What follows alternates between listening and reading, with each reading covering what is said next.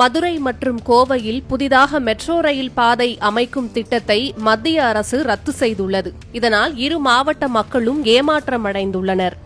எதற்காக இந்த திட்டங்களை மத்திய அரசு நிராகரித்துள்ளது? விரிவாக பார்க்கலாம்.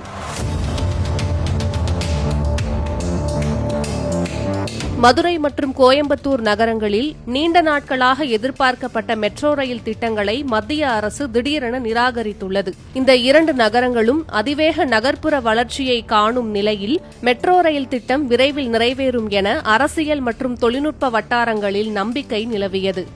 கோவை மாநகரில் 10,740 கோடியில் 34.8 கிலோமீட்டர் தொலைவுக்கும், மதுரை மாநகரில் 11,368 கோடியில் 32 கிலோமீட்டர் தொலைவுக்கும் மெட்ரோ ரயில் திட்டம் செயல்படுத்துவதற்கு திட்ட அறிக்கைகள் தயாரிக்கப்பட்டு தமிழக அரசிடம் சமர்ப்பிக்கப்பட்டது. இதனைத் தொடர்ந்து மத்திய அரசின் 50% பங்கீடு அளிக்க கோரி திட்ட அறிக்கைகளை ஒப்புதலுக்காக தமிழக அரசு அனுப்பி வைத்தது. இதனை பல மாதங்களாக ஒப்புதல் அளிக்காமல் மத்திய அரசு நிலுவையில் வைத்திருந்தது.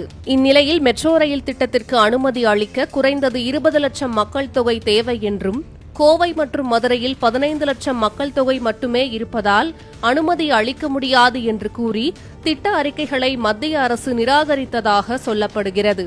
ஆனால் வட இந்திய மாநிலங்களின் சில நகரங்களில் 20 லட்சத்திற்கும் குறைவான மக்கள் தொகை உள்ள பகுதிகளிலும் கூட மெட்ரோ ரயில் பயன்பாட்டில் இருப்பது குறிப்பிடத்தக்கது.